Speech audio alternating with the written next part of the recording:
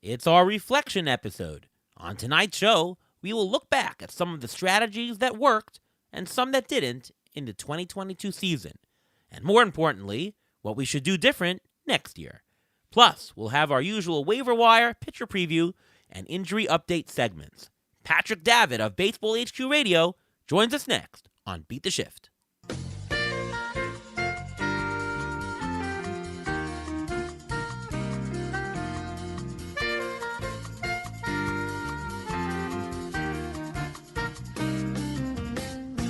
Welcome to another episode of the Beat the Shift podcast presented by Fangraphs. I am your host, Ariel Cohen, and with me as always is Ruvain Guy. How are you, Ruvain? I'm doing great. How are you doing today? I'm doing pretty good. Back from vacation. How was yours, Ruvain? Mine was great. I actually went up to Syracuse and I got to watch the AAA Mets, or the Mets who used to be Mets, play for the Syracuse Mets, which was quite interesting, and it was actually fun to watch. And they lost to the Woo Sox because the Woo Sox have a couple of pretty good players. Nice. I was up in New Hampshire in the White Mountains, just some time off, did some caves, did some hiking. There's actually the world's largest, or at least North America's largest arcade there. They've got like this whole floor of an arcade museum of all the old arcade games in the 70s, 80s, 90s. So much fun.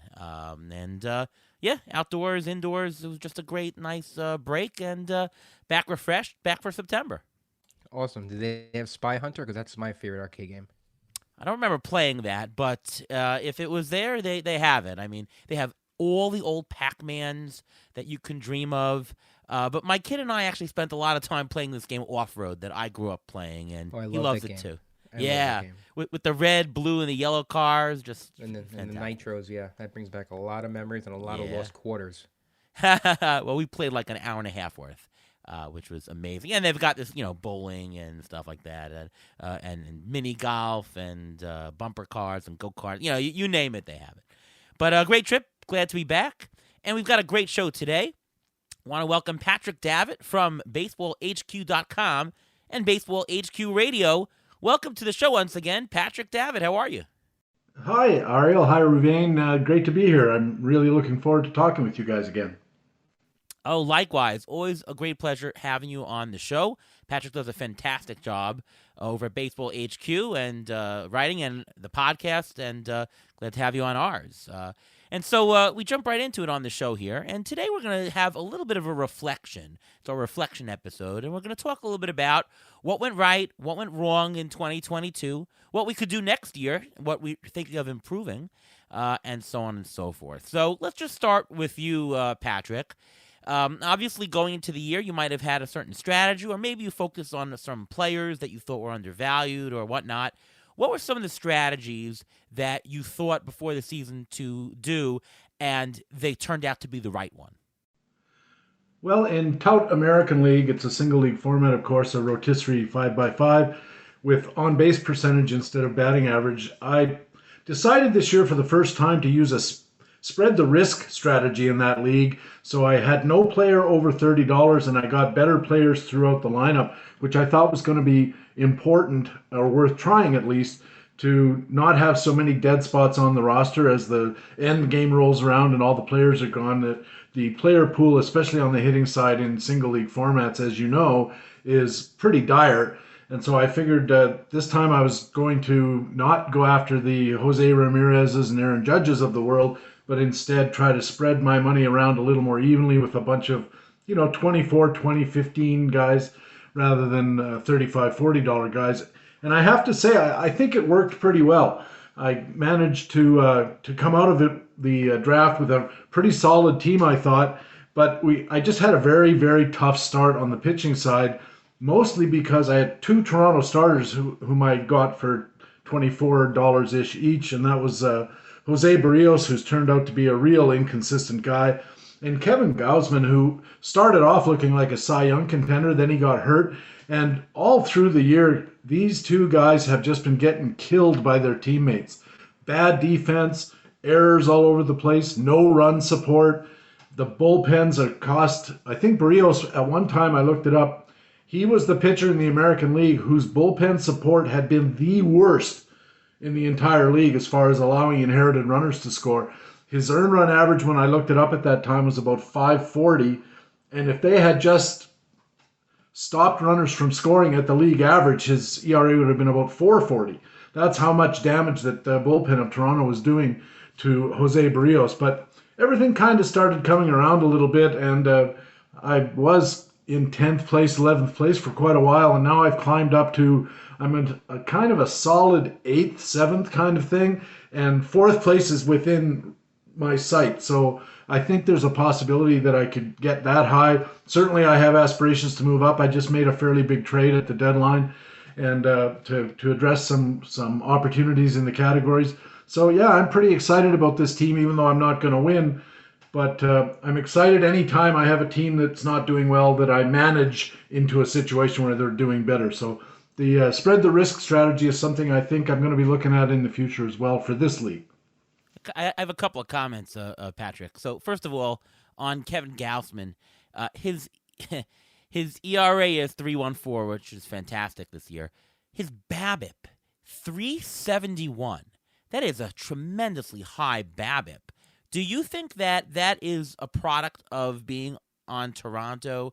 And if so, will that continue next year? I can't imagine 371 would continue, but do you think he'll still have an elevated BABIP next year? Here's the problem. The official scorer in Toronto simply will not call an error on Toronto's defensive players. If you look it up, I think that Bo Bichette has more errors than any shortstop in the American League. And I'll tell you, I've personally seen at least 10 errors that he made that were scored base hits, including where he just picks the ball up and throws it into the stands or throws it 15 feet short and 10 feet wide. It's ridiculous. And I'm sure that most of them happened on Kevin Gausman's watch. And the official scoring in Toronto is really poor. It's really poor across baseball, I think. But when so many what should be outs are not outs, that really is going to inflate the BABIP in an unfair way to Kevin Gausman, I think. And that's going to inflate his ERA as well. So Yes. are you telling me that the issue is the official scorer? I mean, It's not the only issue, but Gausman is not giving up a lot of hard contact. He's actually pitching really well, and I can tell you from personal experience, I watch all my starter starts, especially here in Toronto because it's so easy to do. And I can tell you it's astonishing how many bad scoring calls there are that make the Blue Jays defense look better than it is. Fly balls dropped. We had an instance where a guy in center field, it was Raymond Tapia, gave up a easy fly ball that should have been caught that bounced all the way to the fence, and a bunch of guys circled the bases to score. I'm not saying the official scoring is the only thing, but I don't think it can be discounted as a factor in the somewhat elevated BABIPs of most of the Toronto pitchers. In fact, have higher BABIPs than you'd think. hey, Ruben, what do you think of this? If I'm the head of the Blue Jays and I want to retain pitchers, do I tell the official scorers to prop up the errors so that my pitcher's ERA will look bloated so that they'll have a harder time signing elsewhere? No, I highly doubt that, but I can see how they want to keep the errors down there. And listen, official scores can be very finicky when it comes to certain players and certain teams, and they can always be like what they call homers, and they want to make sure that the whole team looks better as opposed to just one or two players. But jumping into the Kevin Gausman discussion here, in the first half so far, in the 94 innings, he had an ERA of 2.87 and a batting average against of 2.76. He's got a 3.69 ERA in his last 46 innings with a batting average against of 2.72. So I don't know where the spirits that's exactly coming from. He's actually given up more home runs in the second half, which has nothing to do with errors. However, if there's an error in an inning, that's counted as a hit. And then he gives up a home run instead of being out of an inning. Yes, that can affect his ERA, and that can be a big issue as well. But I think it's also a matter of where he plays. He's playing in the American League East. Last year, he was playing in the National League West. Better pitchers, ballparks in general. Better team. He was on a better team. I mean, I'm not saying better team, but a more chance for wins just because they have better defense behind him. And I'm not saying that it's completely something having to do with the official score, but I wouldn't be 100% surprised about it. Interesting. Well, I mean, he's going to be in Toronto again next year, so you got to figure some of that luck bad luck goes away, but some of the underlying stuff being in Toronto does remain. The other comment I have, Patrick, is you did the spread the risk approach. It's funny. I don't normally target that when I do auctions, but I find that I gravitate towards it because I find that the bargains are doing it. You can get more aggregate value by doing some of that spread the risk, and especially in a mono league, you're going to be able to accumulate a lot more at bats and innings by doing that rather than going for the top player and filling with some scrub. So I kind of agree with the strategy, and I find I do that because of a valuation standpoint. Yeah, I'm not surprised actually, because even in situations, if your valuation system shows a guy like, I don't know, Aaron Judge is a $30 player, and you think to yourself at draft, of course, he's a $50 player this year on the field because of all the home runs and how well he's playing. But guys like him and Jose Ramirez, the guy who drafted Jose Ramirez, who's winning the league, it's Doug Dennis of Baseball HQ, who adopted a very one-sided strategy, and it seems to be working. But if you think Jose Ramirez is worth $39 and the price settles at 40, I think you're still painting yourself into a bit of a corner, because as you get down the list, there's not enough good players left for you to fill in all around the edges, with everybody else still holding their full, allotment of money, and you're $40 short after one player. I think it affects maybe not just the valuations, or maybe not the valuations at all, but it certainly affects your psychology when you're looking at the next player. And do I want to get for $40, for $41, this is how I put it to myself. For $41, do I want Jose Ramirez plus a $1 scrub? Or do I want a $21 player and a $20 player? And in 15-team mixed, I don't think that question is so bad because the replacement value is a little higher. But in mono leagues, that $1 player is simply not going to get enough plate appearances for him to be able to accumulate counting stats. And I think that's where the 40 plus 1 fails as a strategy. And that's why I decided this year to abandon it. And I think I'm going to abandon it in the future as well, in this league format. Yeah, you raise the point, especially in a mono league, that you have to make sure you don't really end up with the $1 bids at the end. Doesn't mean that the 40, I mean, you couldn't buy a $40 player and not end up with $1 bids. You just can't buy two of them. So you do have to watch your spending. But, I'm a big proponent of the market premium argument that says that, listen, if I'd rather pay $1 extra for a $40 player than overspend by $3 for a $30 player, right? You're losing value that way, and I'd rather be plus 1 than plus 3. It's a relative market discount to do that. And hey, listen, if it happens at the $40 level, take it. You're going to bank something, and you won't run out of money, which is another issue at the bottom where you have to overspend. So either way, all right, Ruvain, how about you? What was the strategy you employed that you think was successful this year? I think there were two things that I did that really helped me be successful this year. First thing is not pay very high up on draft capital for stolen bases. The top stolen base guys, Starling Marte, Whit Merrifield, Jazz Chisholm, Adalberto Mondesi, all those guys were pushed up their value because of stolen bases in the preseason and for their possible potential. So I just didn't feel comfortable doing that, because every year there's always somebody who jumps out of nowhere. You have that John Birdie that you can pick up on the waiver wires that can just carry you for the rest of the season. So I tried to stay away from that, and it actually worked out, because those players who other players bid a lot more money and a lot more draft capital on, they just didn't really pan out, and they didn't get the stolen bases that they wanted to, and they ended up chasing stolen bases anyway.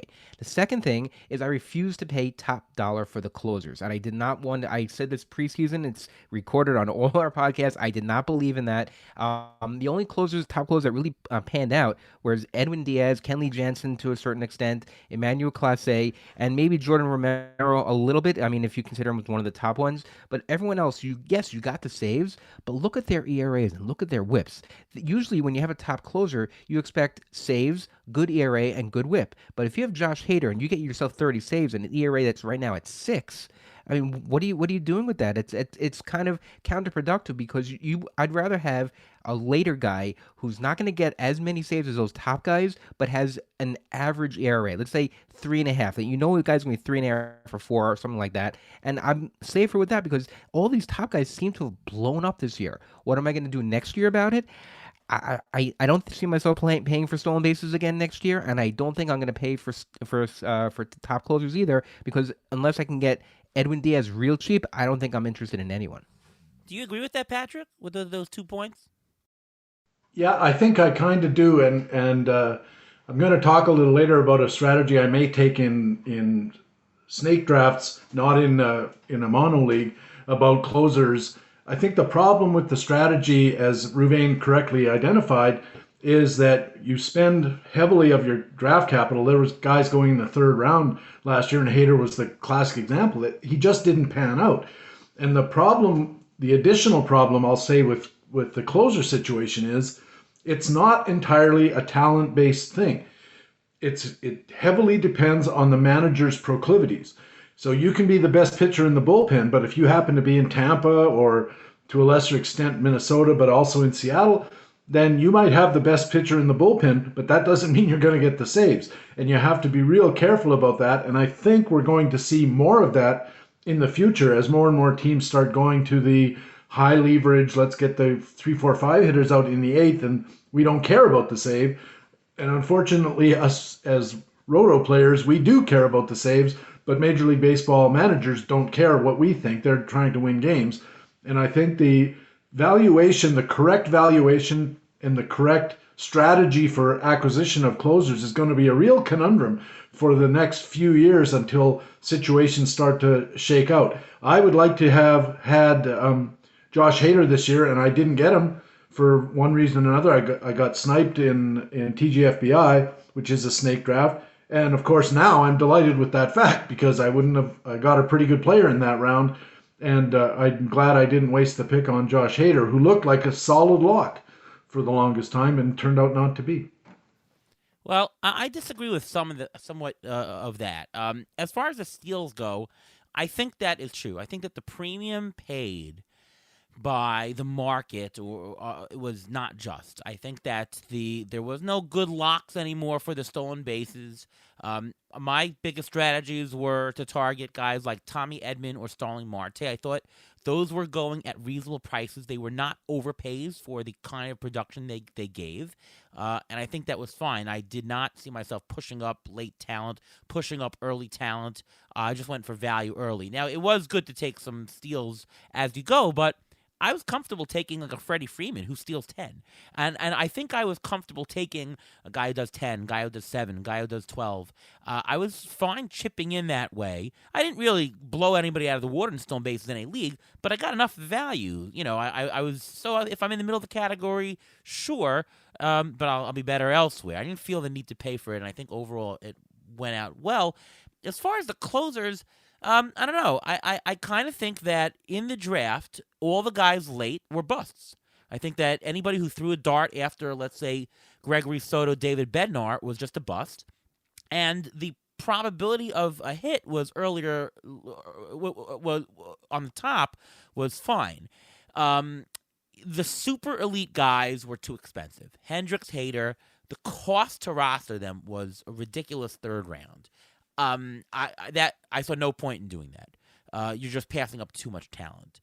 But Diaz, Clase, Jordan Romano, Kenley Jansen, all those guys returned pretty much par value. And of course, since closers were at a premium, that's actually a nice bargain that you got. I think that the hit rate was pretty high on those established closers. Now, it's not going to work for everywhere. Obviously, if you hit the wrong guy, if you got Chapman, that was terrible. Knebel was good for a certain extent. Taylor Rogers was good until another hit. Raisel Iglesias, he was, okay for the first 2 months. It was a mixed bag. But I think that the better part of where you should hit in terms of getting hits was somewhere up top. Not the super elite, but the elite. I disagree. And I think that's only going to be even worse next year because the committees are not going away. They're here to stay. So people who have great roles, people who strike out a lot, they're worth the money. Would I pay a super elite price for Edwin Diaz next year? Probably not. It's going to be sky high. But the next better guys, I would, because I think you need that closer. It's a category. It's one category. It's not like you're paying for a weak position. You actually do need the saves if you want to compete in Roto, mostly. But this year may have been just an anomaly with the closers because of the fact of the lockout and not knowing who's going to play, we didn't know what was going on, who the closers were going to be. That's why there was an added premium. So this may have just been a 1 year thing where there was an added premium on the top closers. I think it may just go back to normal, and you can start seeing closers go off the board maybe fifth or sixth round, except for Edwin Diaz, who's going to go extremely expensive. Fair Well, point. I'll tell you what though. I was listening to an early draft champions draft that was going on the Pull Hitter podcast, and I had Rob DiPietro. I'm going to have him on Baseball HQ Radio this week, dropping on Friday. And I followed that draft, and Edwin Diaz went in the second round. How about that? And the rationale was, well, Rob took him and he said what he was trying to do was start an early closer run, and nobody bit. But he said he was still happy to have what he thinks is the one sure thing closer in all of baseball. And we can argue that there's no such thing as a sure thing in any part of baseball, but particularly, as we've noted, in the closer market. But I think that next year what we're going to see is even more closers going even higher in drafts. The elite closers. I mean, that's ridiculous. Second round, the profile risk. I mean, if he goes out and he gets injured, I mean, you're dropping to somebody who's terrible, and you're losing a second round pick. The probability of a collapse of a closer is always higher. I mean, it's just relief pitchers are fickle. Pitchers are fickle in general. It's Yeah. I cannot see that argument. In terms of strategies, my general strategy, as always, is to stick to the value. And every year, you take a look at what the market's doing, you take a look at what your values are, and you try to find the hot spots of where to go. And I found hot spots high and low. Aaron Judge, to me, was very reasonably priced, and I have a lot of shares of him. Mookie Betts, I think, Ruvain, one of our strategies was let's get Betts or Judge. That worked out.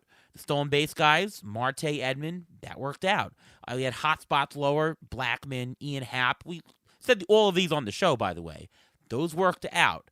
The pitching, not as much for me. The pitching, well, we'll talk a little bit about what went wrong.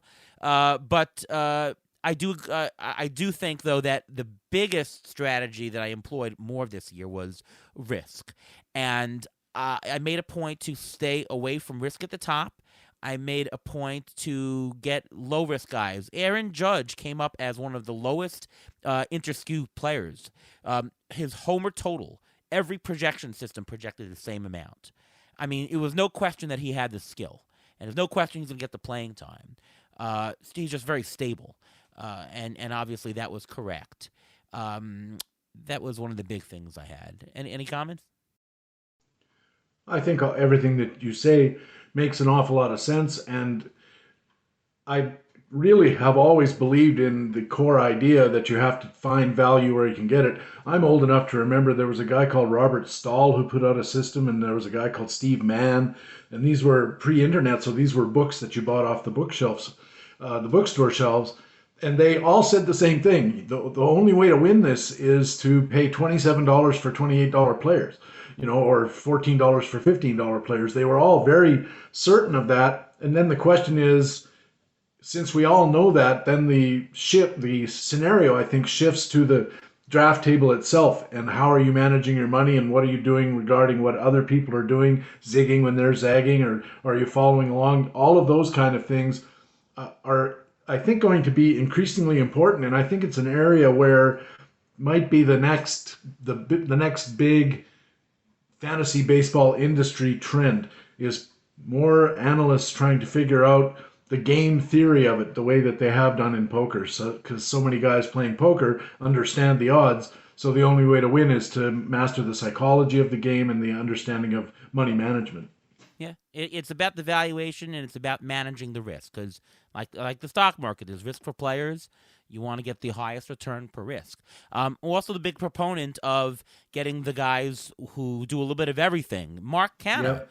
Mark Canna is, who the heck's, I really want Mark Canna. He's a $10 player in a 15-team league. I mean, he's going to get you a little bit of the homers, a little bit of the steals, a little bit of everything. The little bit of the everything players give you value. Now, he's not going to earn $30 ever, but I paid $2 for Mark Canna, and I'm getting $10 of value. That's $8 surplus. Luis Arias, I got with one of my last picks. He's a $15 player. The accumulation of those guys at the bottom really work. And again, as you say, with the spread the risk, you're not going to find the dollar players getting it. You're going to find the $3 and $4 players Right. earning 7, 8, 9, and 10. Yep, That's where you that's bulk exactly up. right. Yeah. Yep. I think that's exactly right. The one guy I got at a sort of a significant value in my AL league was Cedric Mullins, who fell to me at $25, I think, and he was coming off a $42 season. And everybody at the table seemed to be thinking, and actually some of them were saying out loud, he can't repeat a $42 season. And I thought, if I pay 26 for him, he doesn't have to repeat a $42 season. He just has to be better than 26. And by Baseball HQ valuations, he's just over $30 in value because of the 29 bags and decent on-base percentage. It's an on-base percentage league. I think that those are the kind of guys in that price range that can really make a lot of difference when you're putting together your team. And Patrick, I want to double down on what you said about knowing the strategy and having books about strategy now about fantasy baseball, just to know the strategy of how to draft players, not knowing the players, because nowadays with social media, the era of having a sleeper, quote unquote sleeper, does not exist anymore. There are so many websites, there are so many places you can find about knowledge about every single player. There are no more sleeper players. The only untapped resource that fantasy players have now is strategy and know how to build their team. Yeah. Yep. I'll also add in another component is that, if you say, well, sure, okay, great. So you got a $3 player and you get $8, great. So it's a $5 profit. So what? You still need to get that guy who's going to be a $10 player and earn 40. And my answer to that is, you're right. In order to win it, you have to have a little bit of luck. You have to have few injuries. That's a big thing these days. The luck that you need is more. But I want to be able to hit and get that $30 excess by a $10 player jumping to 40, but you want to have enough of a base of aggregate value so that when you are lucky and get that, you win. I remember that when I used to play the NCAA tournament, every of the bracket tournament, you go in your office and everyone's, I think this team's gonna win this. I think this game, I'm picking the 15 seed here. They're picking the upsets, and I won my bracket tournament in my office 3 times in a span of 7 years. How did I do that? I actually picked every single favorite in every single game, but I picked the Final Four. And you get the more points for the Final Four. And I figure as long as you get the Final Four correct, you just have to have enough points earlier on to be ahead. And that's exactly correct. I had more points than anybody else originally because I just picked favorites. And then, I happened to get the Final Four, and that jumped ahead. Same thing here. So getting you want to get more players right. It's more important to get more players right than to get a big player right. The frequency is more important than the magnitude of success, because when you get lucky and you get that, that's when you jump up. And by the way, it also saves you in the bottom. If you don't really get that superstar, you can have a 3rd place finish and cash out. It's always better to do this. Let's move on to strategies that we employed that went poorly this year. Patrick, what's something that you did that just didn't work for you? I don't mean to sound like I'm bragging, but I thought my strategy worked flawlessly in every league that I was in. I mean, what I wanted to do, I did, and it worked out really well for me. And I've just really, honestly, I've had some bad luck with injuries. Otherwise, I would be really competitive in the 2 leagues that I ran. I also was in a best ball league that I had a different strategy for that, and I was doing really well until I got nailed by injuries there. So I think I like my strategies. I think, though, that there's a sort of a global strategy that we saw this year that did not go well, and that's the whole idea of pocket aces. I think that a lot of guys really rue the day that they decided to go starting pitcher at the top, because there was so much inconsistency among the so-called sure things at the top of the list. Shane Bieber. Lots of guys went Shane Bieber in the 2nd round. Lots of guys went with various other pitchers that they missed time because of injury. They missed time because of just poor performance. They don't pitch well. Lucas Giolito was a 2nd or 3rd round pick. Lucas Giolito has been bad this year. And I know hitters are also bad, but I think they're more reliable. And so I think that we're going to see a retreat from the pocket aces strategy next year. And I would counsel anybody who's planning to play snake draft next year, don't be planning that a lot of your opponents are going to be doing pocket aces, because I think everybody learned their lesson, or a lot of people learned their lesson on that. Yeah, Ruvain, you can talk about the pocket aces. You did that in TGFBI, right? Yeah, I actually found that I've never done it before, and I did it this year. I got Garrett Cole. I had the number 5 pick in my, or I think it was number 5 or 6 in TGFBI, and I picked Garrett Cole with my first pick, which is not, it hasn't turned out that great. Yes, he's leading the league in strikeouts, but he's not the ace that I expected him to be. And when it came back to me, I was thinking about going hitter, but I saw Max Scherzer sitting there, and I couldn't not take it because I thought it was a good value. But the problem is, his good value there hampered me with my hitting, and I was never actually able to recover. Right now, I'm bouncing around between third and fifth place because my hitting isn't where I want it to be. So I don't think this is the first time and probably the last time I'm ever going to do pocket aces. I don't think I have any interest in doing that as well. But the one thing that I think really went wrong in what I did is I took on too much injury draft, and that's the injury draft capital. I picked a lot. Me and you, we had a lot of shares in Jacob deGrom. We didn't get as much playing time out of him as we thought we would. He may make up. He may give us his last push in the last month, but not enough to make up for what we missed and for the replacement value that we had. We picked a lot of players who were coming back. We had a lot of Ronald Acuna shares, and that didn't actually work out that well. I mean, he's doing okay, but I mean, he's still saying his knee's bothering him, so he's not even fully healthy. So I think the two main things that I really did wrong was trying to take too much risk in injury, and it just didn't work out. And I don't think I'm going to take that much risk to start out the season. I'd rather start with a bunch of healthy guys than a guy who's a question mark coming into the season. Yeah, the injury risk was a lot. I'm guilty of that as well, and performance risk to me was I was monitoring, and I did not monitor enough injury risk. And that's 100% a strategy I agree with. I want to go back though to the pocket aces, and I usually don't do this in the show, but I want to take account of players, and it goes like this: hitter versus pitcher, right? I want to go through some of the ADP, and you tell me if the guy was a hit or a bust for the year. And I want to do that with hitters versus pitchers. And let's just see what the rough percentage is. Again, this is not quantitative. We're just going to say hit or miss, yay or nay, and let's see what turns out. So, for example, for hitters, yay or nay, hit or bust. Trey Turner, that was a hit, right? Hit, yep. Okay. What about Jose Ramirez? Hit. Juan Soto? Hit. Vlad Guerrero? Semi-hit. 50-50 hit. We'll call it a hit because he retained half value, let's say. Bo Bichette, that was a bust. Bust, yeah. Shohei Ohtani, the hitter, that's a hit. Huge hit, yeah.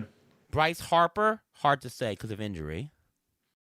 I'd say a bust because of injury. He's actually ranked almost the same right now as Ronald Acuna, his value at this point, which is crazy. Certainly not performance related, but it's that.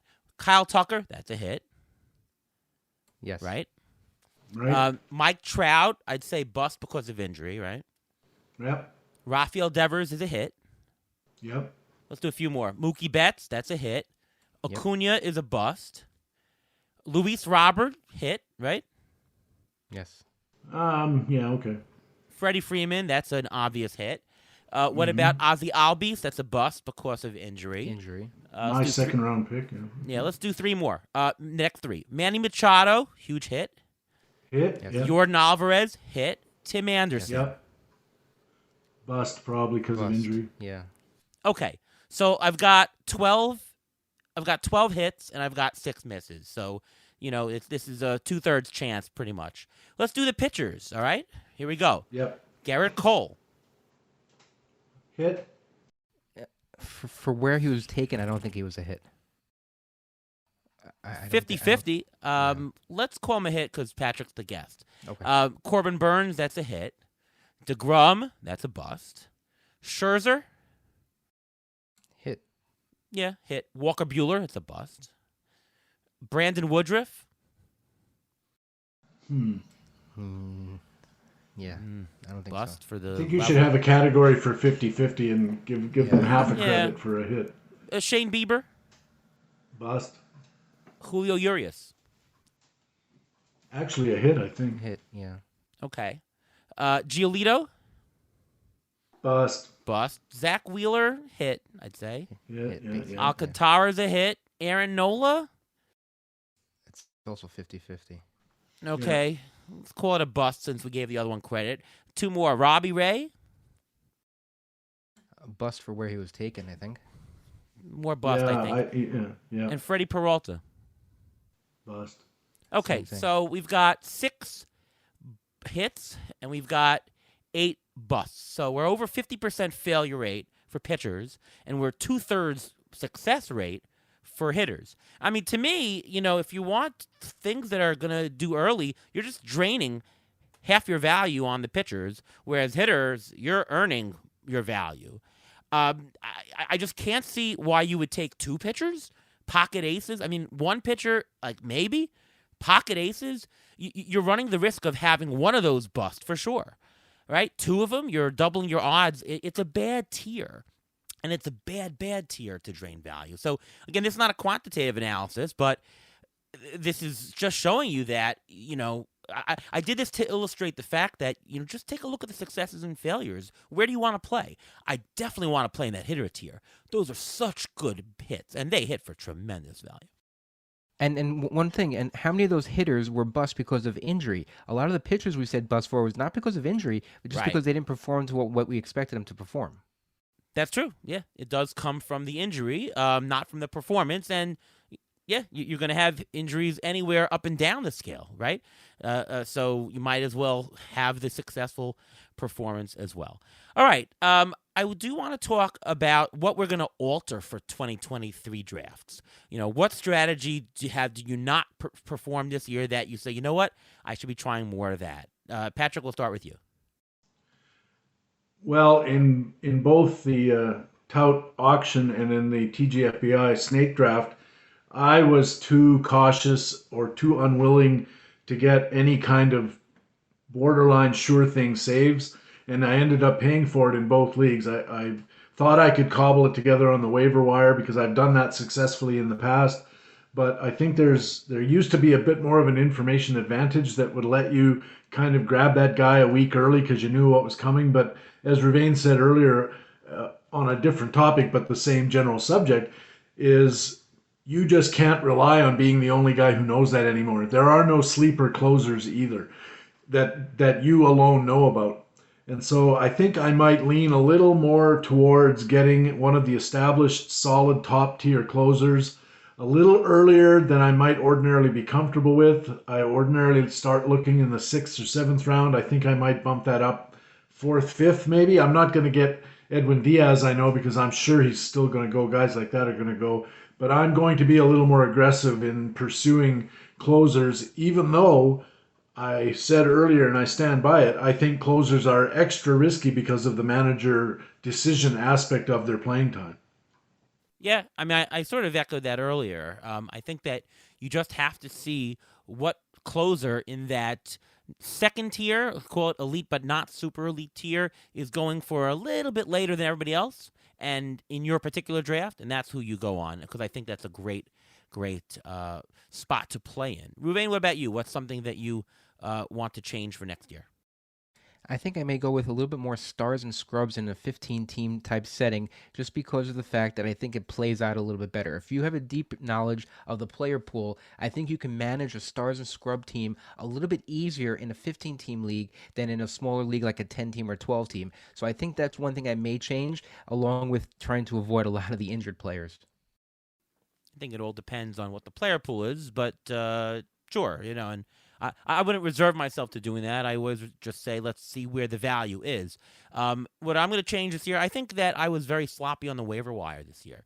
I went maybe the extra, not just dollar, but I went a lot over to get players, and they turned out to be bust really, really quickly. So I know in labor, we spent at least $6 or $8 on 2 different players, and I ended up dropping them in 2 weeks. Because they just lost playing time or whatever.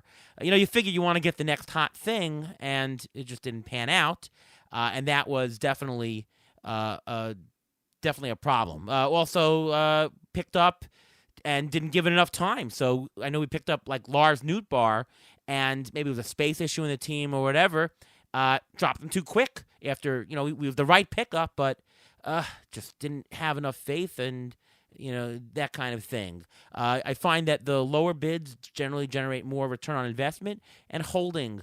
You spend money and you want to hold a little bit more and see what's doing. So I plan to be a little bit better on the waiver wire. It was a little bit sloppy, and I got to tell you, it's a saturated market, as we said earlier. To get the information, you've got to be even super sharper than you were. What worked 10 years ago, people are quicker these days, so you've got to be lightning quick. Yeah, that's exactly right. Yeah, and unfortunately, back in the day, we used to have the opportunity to kind of mull things over, and a guy would get called up, and you'd say, I'm going to watch this guy for a week, see if he's getting some playing time, see if he seems to be comfortable at the major league level. Not anymore. If you don't get in on the first week that guy's in the league, you're not going to get him, and that's that. Yeah, absolutely. All right, so the next topic I want to talk about in strategy, and really important to discuss strategy, is how do you make pitching decisions down the stretch? And, when I was trying to set the lineup this week in labor with Ruvain, and we have a couple of pitchers. We got Taijuan Walker and Pablo Lopez, and the question is, do we start them? And just to give you the general scenario, but it helps to give the example, like let's say Taijuan Walker has 2 starts in the week playing the Dodgers and Washington. That's one good start, Washington, you think, one difficult start with L.A., whereas, how about Pablo Lopez? He had a week where he would start against the Dodgers and Atlanta. That's 2 tough starts. Now, it's always about your categories later in the year. Obviously, if you have an okay ERA lead, you could be more flexible on that. And if you really need the counting stats, you should push towards that. But do you have a general idea or a specific idea, Patrick, on how you make decisions when you have pitchers having some poor starts during the week, but they're 2 start? Like, what do you use to say, okay, I'm going to do it? Do you, obviously, if you're in a mono league, you're going to start anybody who has 2 starts. If you have a 15-team league, what do you do? 10-team league, are you starting Pablo Lopez, who has 2 bad starts, even though he's a good pitcher? How do you demarcate? Well, as you said, for me, the entire issue is context. And by the way, in my mono league, I'll sit a guy who's got 2 starts against good teams. If it's one bad, one good, I'll probably start him. But if I've got a pitcher in your scenario where a guy's going up against a Dodgers team and then the Braves, I don't think I'm doing that. I don't think I'm going to take that risk because I can see the pitcher, especially if it's the kind of pitcher who's kind of marginal for you anyways, otherwise you wouldn't even be thinking about it. All of a sudden, my nightmare scenario in these kind of things is I get 2 starts of 3 innings each and 5 earned runs each.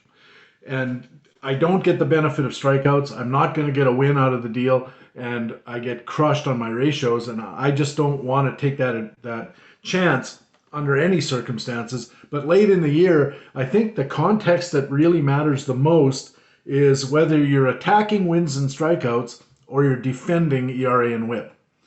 And if you're attacking, then you've got to attack. You've got to throw everybody out there. You start 8 guys, even if they're pitching in tough situations. In the off chance you're going to pick up some strikeouts, if you're protecting your ERA and WHIP, then you don't start anybody who's even remotely risky. Throw a middle reliever in there. You might luck into a vulture win, and in the meantime, you're protecting your ratios. For me, that's the whole thing. That's pretty much true throughout the year, but at this time of year, especially, I'm in a situation in my Tout Wars League where I'm like 0.02 away from picking up a couple of ERA points.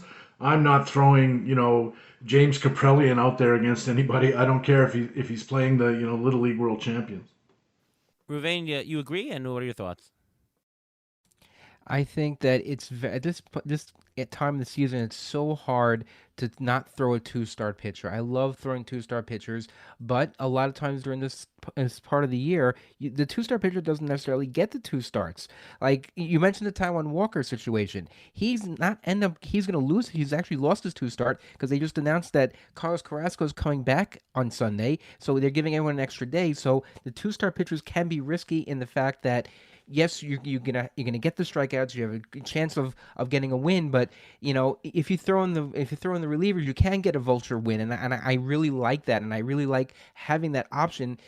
it also depends on where you're ranking uh, um, in each category. If you're close to saves and you want to need to get a couple of saves to get more points, then I think that's more worth it to throw the reliever. But otherwise, I think the 2-star pitcher, I like them because you get the possible 2 starts, you get the strikeouts. They don't gomber you necessarily every single time, especially down the stretch. So I tend to lean toward the two. I know I'm talking in circles, but I tend to lean toward the 2-star pitcher as opposed to the closers. Yeah, I agree with both. Echoing, what Patrick said. Obviously, it's all about the categories at this point in the year. And just to remind our listeners that when you say it's about the categories, it's either where you're up or you're close. You're either where you're just ahead of somebody or just behind somebody because you can lose points, right? It's about the marginal. Right. It's where the gradients are the largest. So if there are 4 people within very, very close reach, whether you're ahead of the curve or down of the curve, the close gradient categories are the most important. If you can only lose 1 point, if you don't have enough closers or whatever, why are you starting anybody? I mean, we're in a league, Ruben and I, where we've got like a 20 save lead. We're not starting Edwin Diaz. We're not starting Liam Hendricks. There's no point. We don't need the saves at all. There's more uses of our slots. So it really depends on that. And it's the gradient. It's how close they are to each other. But, it's hard to give everybody a one-size-fits-all thing, but the general thing is there's always a line of always start pitchers above a certain point. There's always a line of never start pitchers above per format. If you're in a 10-team league, it's going to be a lot higher. It's going to be if it's a 15-team league, you're always going to start pitchers above the first SP 2 or 3.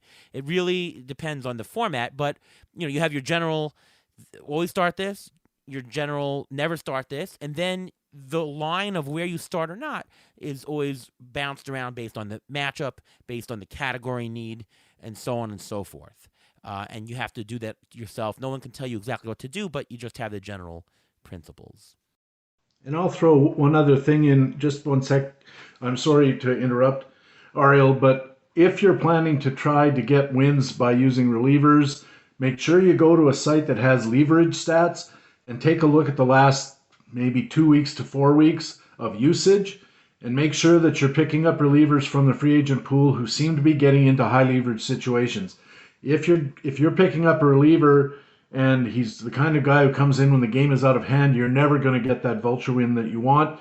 And not only that, but the highest leverage guys tend to be the best pitchers who have the lowest ERAs and ratios that will really help your team in a number of ways. So find a site that has leverage stats that are based on 2 to 4 previous weeks or have some kind of time constraint or allow you to choose a time frame, and make your reliever pitcher choices based on leverage, or at least make it part of your consideration set.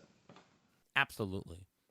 Before we go on with the rest of the show, it's time for the Injury Gurus Trivia of the Week.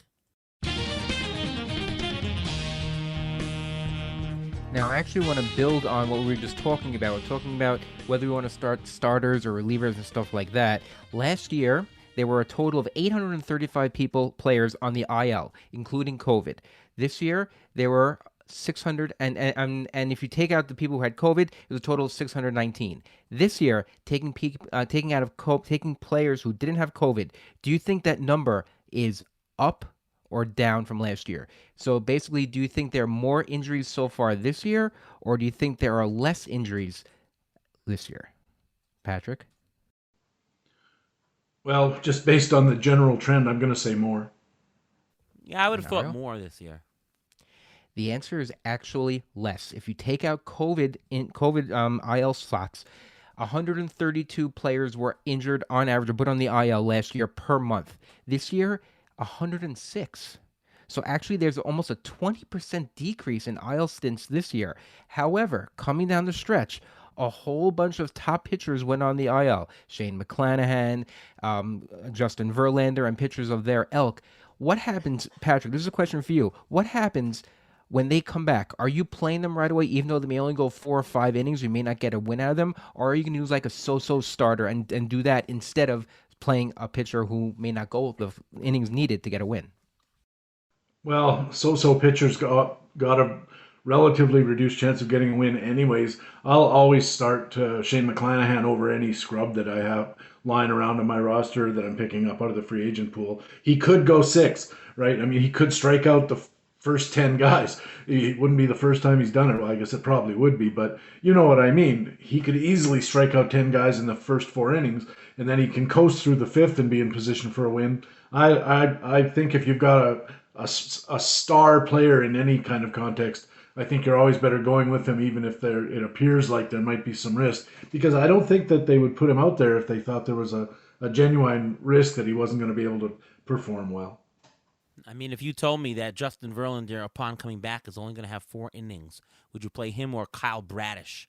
I think I'd still play Verlander, right? Yeah. Knowing that he won't get a win, right? Yeah, I mean, the superstar level you're going to play no matter what when coming back. Other than that, I generally do try to wait a start. Want to see less about the innings, number of innings, more about, I don't know, maybe they're getting some rust out. So I would usually wait, but for the superstars, yeah, you're going to play him right away. So let's say, what about a Nestor Cortez? He's supposed to come back next week. Do you put him right into your lineup right away, or do you wait a start? I mean, depends on the format. Most deeper who's formats playing? I'm playing. I believe he's maybe playing. I believe it's Tampa. I think you're playing Tampa. Probably play him. Yeah, I don't know. I'd have to take a close look at the left hand, right hand kind of things and those kind of considerations before I threw myself into a decision one way or the other. I mean, he's a good pitcher and it's a great team. A little bit of bullpen consternation going on there, but I'd probably lean towards starting him because Tampa's not a real big offensive powerhouse. But I'd definitely have to take a closer look. I'd lean to starting him though. Obviously, it depends who else you have on your roster that you would play instead of him. Obviously, it's a big factor. Right. In a shallow league, I probably won't pitch him. I probably have some kind of decent option. In a 15-team league, I'm going to start him. Period. All right. Let's do some waiver wire picks. Who is somebody, Patrick, who you're interested in picking up for the next week? I've got a couple, and I'll go. I'll just give you one, and then we can all go through. And if there's time, I'll do my other one. My choice for the waiver wire pickup this week is no, I can't find it here. Corbin Carroll. He got called up. He's a prospect who got called up by Arizona. He played his first game on Monday of this week, so he's probably eligible in most leagues for this weekend's Fab runs. He really shot through the minors in a very rapid time. He was young for every level, and he got into Major League Baseball at age 22, and he's only turned 22 8 days ago. So really, he's a 21-year-old, and he's in the major leagues. That's always a good sign. He's got power. He's I think he's got 28 home runs and 650 plate appearances in the minors, 52 stolen bases in that time with only 7 caught stealings. He's got real terrific plate skills. He's a plus defender in the outfield. I think Corbin Carroll in Arizona is going to get every chance to play. And if he does, I think he could probably give you some good fantasy results. I will say this, in the longer term, you might want to be concerned about a shoulder injury that he had a couple of years ago that cost him a season. And he struggles, he's a left-handed hitter, and he struggles really hard against left-handed pitching.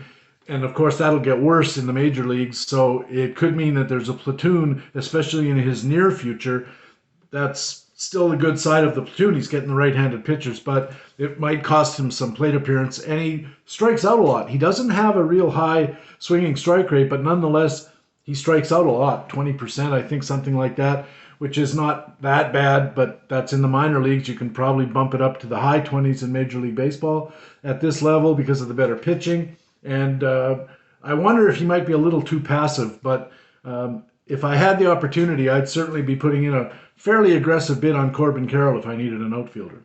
Patrick, if you have $250 left in Fab, in a 1,000 Fab league, like, say, the NFBC, how much are you bidding this week?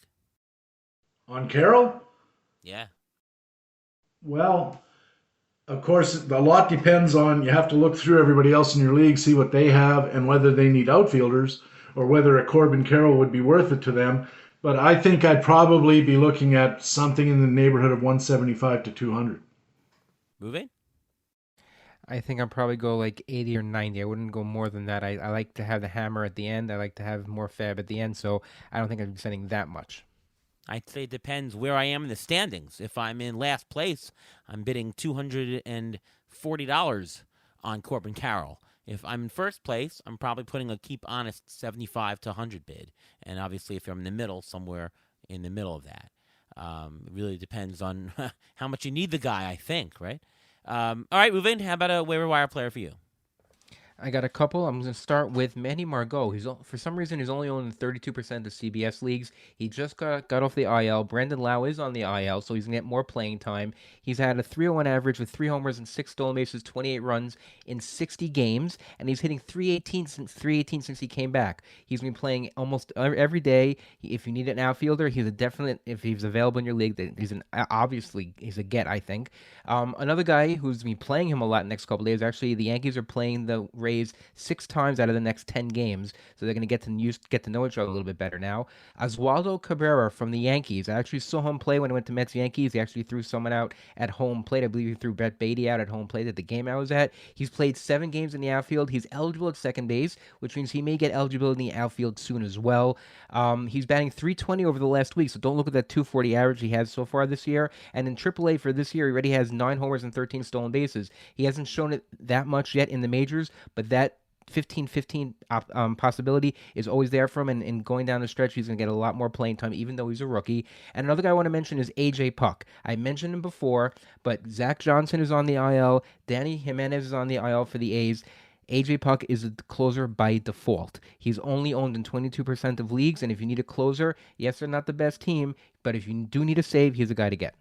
I think if you need a closer, I'd go for Rafael Montero, who's filling in as a closer in Houston right now. Houston is a far better team. I think I'd actually rather have him over Puck if available. Former Met, of course. My guy for this week, Jake McCarthy. On the year, 6 homers, 12 stolen bases, 288 average. That's pretty good. In 212 at-bats. I mean, you have a plus steals guy. He got batting average guy and somebody who's on pace for, 15 to 20 homers or so. Those are good pace numbers. You can do a lot worse than Jake McCarthy, and he's available. By the way, the other prospect up is Gunnar Henderson, who provides some powered speed at third base position. He could be a 25-10 guy in his peak. We're talking like a maybe top 260 player. Definitely somebody. You never know with prospects if they'll hit the ground running, but so far he looks good. And I'll mention 2 other guys, and Patrick, you can throw in other guys as well. Lars Nootbaar, I mentioned him earlier in the show. You should probably try to pick him up now if you can.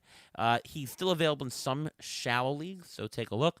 And Mark Canha, we mentioned him earlier. The guy's available on the waiver wire. He's on fire this month. He's batting like 300 with like 6 homers or so.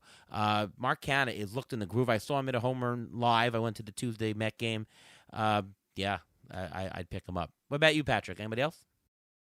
My second guy was also Gunnar Henderson. The manager in Baltimore has said that he's going to play all around the infield. I don't think that's true because the weakness in the Baltimore infield was at third base, and as you said, looks like he's going to play there. I don't think they want to sit Jorge Mateo, who's having a pretty good year despite a low batting average. He's been pretty productive in the counting stats.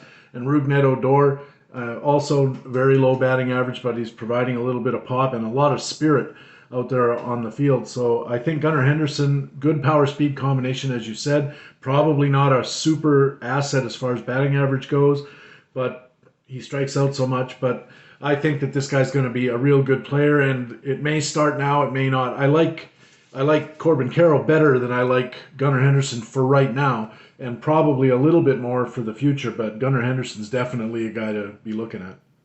Time for the pitcher preview. Let's see who the Pirates are playing this week. All right, Patrick, who is a pitcher that you might want to pick up for this week? Well, I have to say that I was very confused when you started talking about Taijuan Walker having starts against Los Angeles and Washington or something, because Taijuan Walker is actually one of my picks. He's at Pittsburgh and at Miami, which looks to me like a pretty good pair of starts. I also like Framber Valdez, 2 home games, Texas and the Angels, a couple of weak hitting teams. I also don't mind a couple of St. Louis guys. Jack Flaherty and Jose Quintana both get games at home against Washington and at Pittsburgh. So there's four guys you could look at, all of whom are playing Pittsburgh, which is always a thing that you're trying to target if you're doing this kind of exercise. Well, there you go. That's why the theme music came up. Yeah, The I heard that. That's funny. Yeah. Yeah, we got the drops there. It's the section where we look at pitchers who face the Pirates. There you go. By the way, you mentioned Taijuan Walker. We used that example earlier because originally he was on the schedule to pitch two games. I was using more of an example, but yeah, actually he's to start this coming week. Ruvain, who's a pitcher you'd like to pick up? Yeah, I was actually going to mention Jack Flaherty because he is coming back, but just in case, if Dakota Hudson is still available, I can't see the Cardinals actually taking him out of their lineup. He's been pitching very well. He's owned almost 47% of the leagues in CBS, so he's owned a lot. But he was scheduled to have the two starts that Jack Flaherty has, but Jack Flaherty never seems to stay healthy for an extended period of time, and Dakota Hudson has been pitching pretty well. They may actually use him to piggyback a little bit to help save Jack Flaherty a little bit, so he doesn't have to go as far. So that's a pitcher you may want to think as a middle relief guy who maybe dropped this week or someone to pick up in the future weeks just to hold on to for the next couple of weeks to throw in there because he may be a vulture for a lot of wins.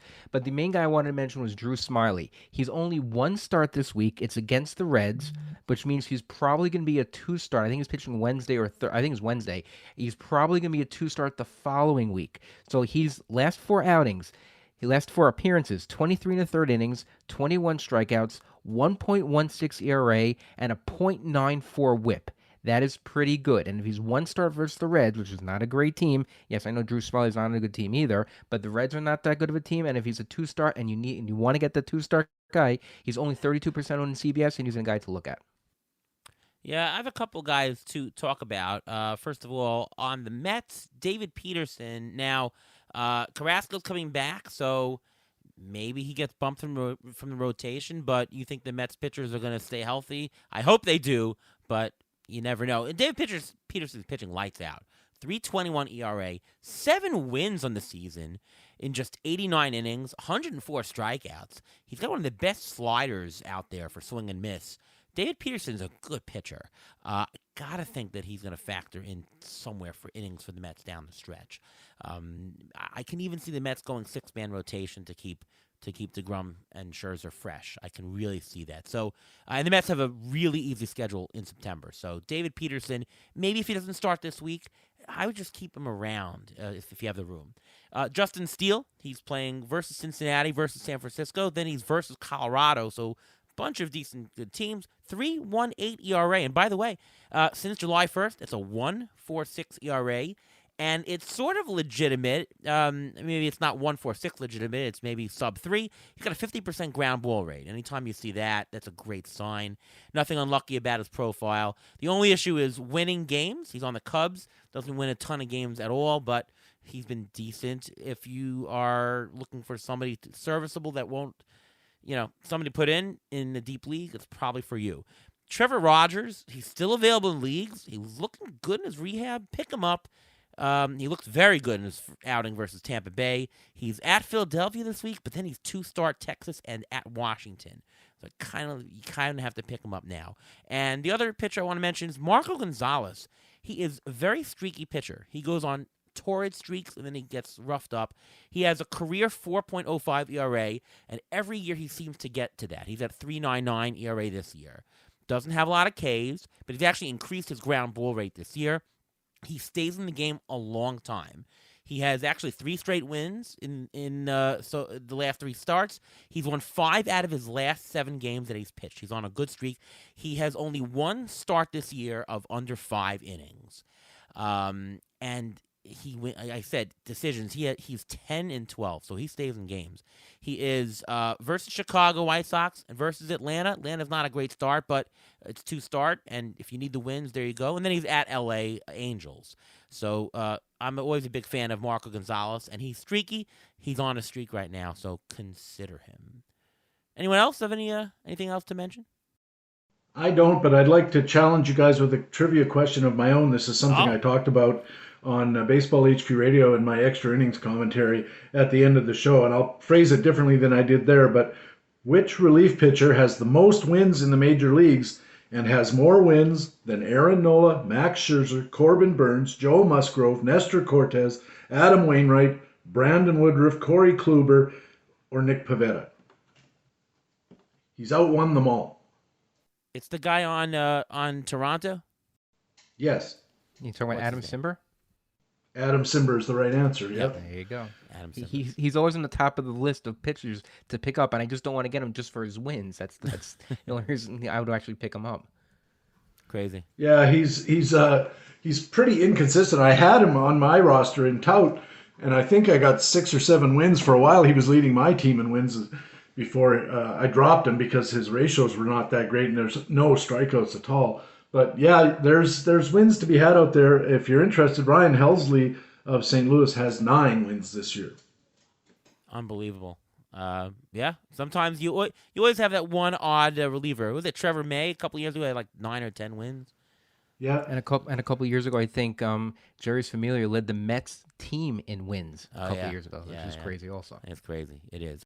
the first time I ever won a league, the reason I won was a guy named Arthur Rhodes. I don't know if you remember him. He pitched for Baltimore and Seattle, and he had 10 wins for Seattle and like an 0.90 ERA and an 0.70 WHIP or something like that in a lot of innings because he pitched a lot of innings. So I have fond memories of some middle relievers who really came through in the crunch. All right, Ruvain, time for your injury report. Let's see who's hurt. Well, first of all, I'm going to mention the pitchers I just mentioned before. Shane McClanahan, he was placed on the IL with shoulder impingement, confirmed on MRI. He's scheduled to have a cortisone injection, and the Rays manager Kevin Cash said it is possible for him to return after a minimum stay on the IL, depending on how he responds to the injection.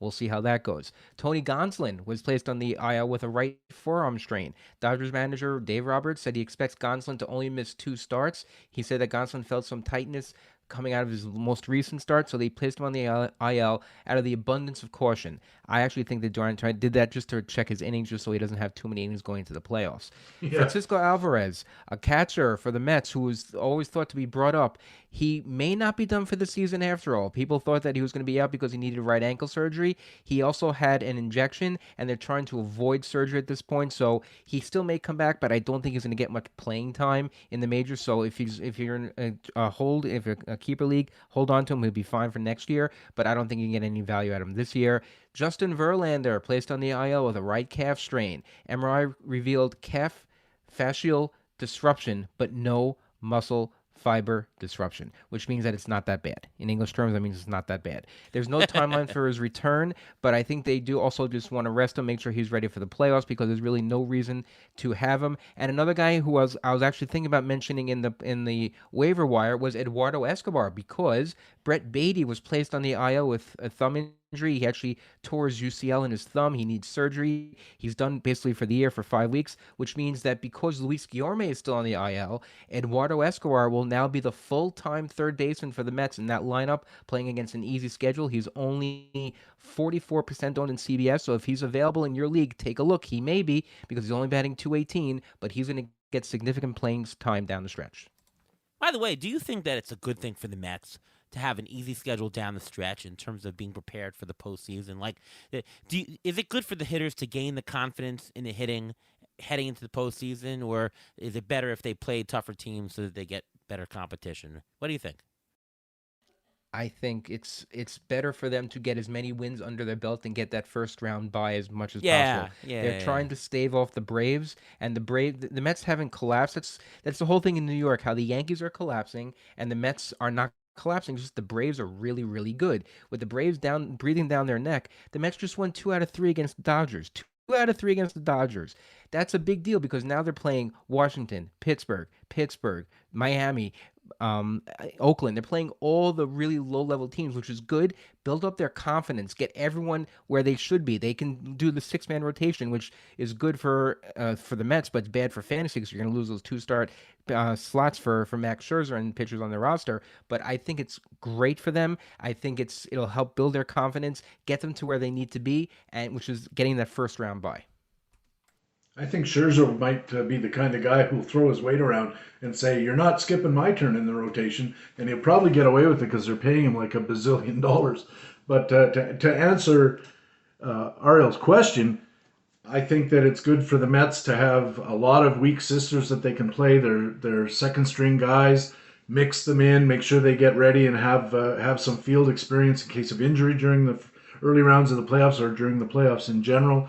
I think this whole schedule thing is working out really, really well for the Mets for a lot of different reasons. I think they're going to go into the playoffs in a very good frame of mind and probably on a pretty nice winning streak, or not a consecutive game winning streak, but they'll have a lot of wins under their belt as they head in, and confidence, it matters.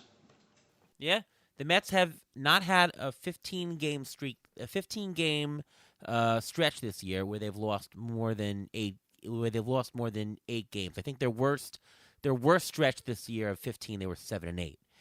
Incredible consistency for the Mets. All right, well, that's the end of our show. I want to thank Patrick Davitt for coming on the program. Patrick is a fantastic writer and podcaster. I enjoy being on his show and really enjoy having you on our show. So thanks for coming, Patrick. Oh, it's always a pleasure. It's so much fun to talk with you guys. It's so much to learn when I talk to you guys. It's a real treat for me. I listen to the podcast every time it comes out, and then to be part of it is just it's a thrill and an honor. So thank you very much for having me. Oh, fantastic. And likewise, by the way. Ruvain, what about you? You can follow me on Twitter at MLB Injury Guru, where I continue to tweet out injuries through the rest of the season. You can still catch my weekly article on Rotoballer, which comes out to help you know who's injured, when they're coming back, who's taking their place, and everything like that to help you hopefully win your fantasy leagues. And I'm Ariel Cohen. I write for Fangraphs, Rotoballer, the ATC projections, and of course, Twitter at ATCNY. And of course, you can listen to me right here on the Beat the Shift podcast presented by Fangraphs. All right, well, season coming to a close. Ruben and I will probably do a couple of shorter shows just for some waiver wire and stuff, and of course, we'll wrap everything up towards the end of the month as we get set going into 2023 off season, which is right around the corner there. But of course, stick with us and go pound those fantasy leagues that you're in. Every little thing you do can propel you, and it's not too late. We got 5 weeks left or so. It's not too late. You can overcome points. Obviously, if you're in last place out by 100 points, it's something else. But if you're down by 15, you never know. Go for it. All right. Once again, thanks again to Patrick Davitt for joining the show, and from all of us here at Beat the Shift. We'll see you next time.